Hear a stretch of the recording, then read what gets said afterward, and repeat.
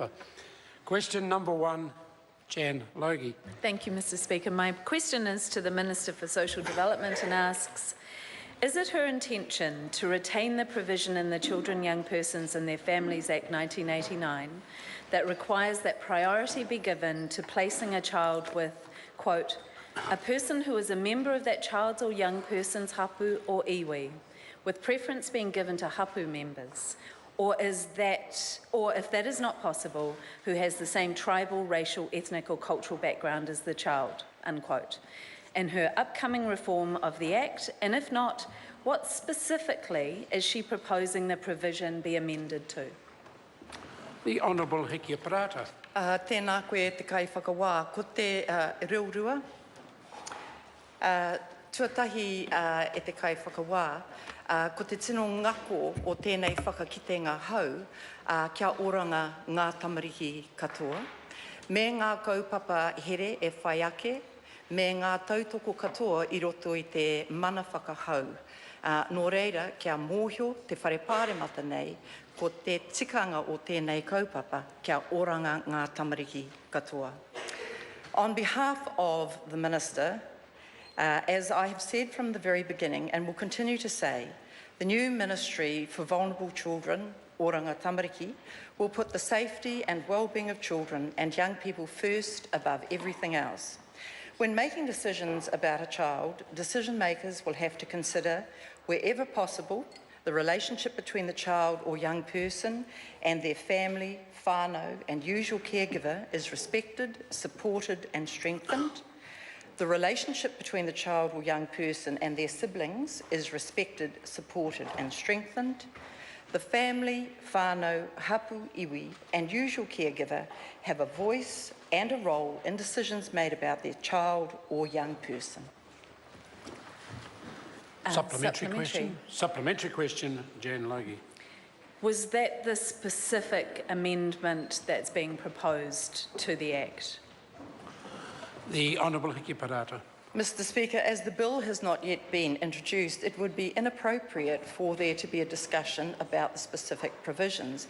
However, once the bill is introduced, there will be significant opportunity for submissions. Supplementary question, Jan Logie. Thank you, Mr. Speaker. Why is she proposing to remove the principle from Section 5 of the Act that requires consideration to be given to how a decision will affect the stability of that child or young person's whānau, hapu or iwi, given that for tamariki Māori, their well-being is inextricably linked to the well-being of their whānau and hapu? The Honourable Hikia Parata.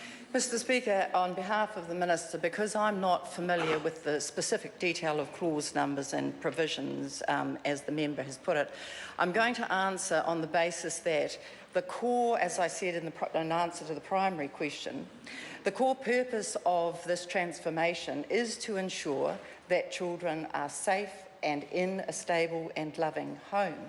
And therefore, the provisions that will be outlined in the bill will be directed at that outcome. Supplementary question, Derek Ball. To the Minister, given that answer, can she confirm that if she removes this race-based provision in the Act, does she then agree with New Zealand First that the ultimate priority should always be the safety, care and protection of any child, regardless of the iwi, hapu, race, culture or ethnicity? The Honourable Hikia Parata. Mr. Speaker, in answer to the first part of the question, no. In answer to the second part of the question, on behalf of the Minister, we consider the cultural context, identity and language of the children whose safety has to be assured. That is an intrinsic part of it. A supplementary question, the Honourable Nanaia Mahuta. Tēnā koe te minita.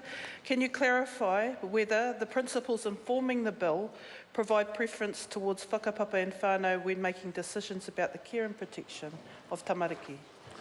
The Honourable Hikia Parata. Mr. Speaker, on behalf of the Minister, I cannot confirm that, but what I can confirm is that the Māori Party has been making powerful advocacy to the Minister and Government, and that process of discussion is ongoing. Supplementary question, Jan Logie.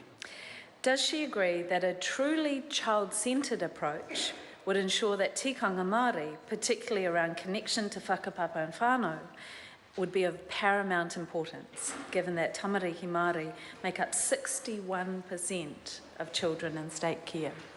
The Honourable Heke Parata. Mr Speaker, in answer to that question on behalf of the Minister, no. The paramount requirement will be the safety of the child. However, in order to ensure a loving and stable home, then connections that arise from a cultural context will indeed be important. Mr Speaker. Supplementary question, Jan Logie. Is the Minister concerned that she does not seem to have a mandate from Māori to push these reforms through, seeing as the government has failed to consult with key stakeholders, such as the Māori Women's Welfare League, and only belatedly appointed one Māori member to the so-called expert advisory panel? The Honourable Heke Parata.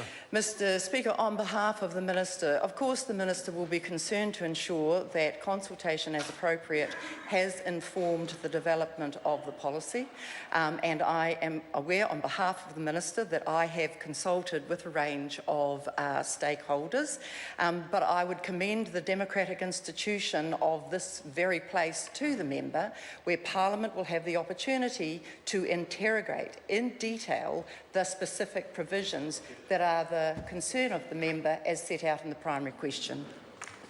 Supplementary, Mr. Supplementary Speaker. question, Jan Logie. Does she accept that, as she has not undertaken robust consultation with Māori on her reforms that would see more tamariki Māori removed from their whānau, she should ensure there is enough time for the matter to be referred to the Waitangi Tribunal for proper scrutiny before the bill is introduced? The Honourable Heke Parata. Mr Speaker, I accept none of the assertions on behalf of the Minister that the member has made, and I would repeat two elements of previous answers. One, the Māori Party have been very powerful advocates on behalf of the very tikanga that the member is identifying, and two, there will be significant consultation opportunities as part of the Select Committee process. Question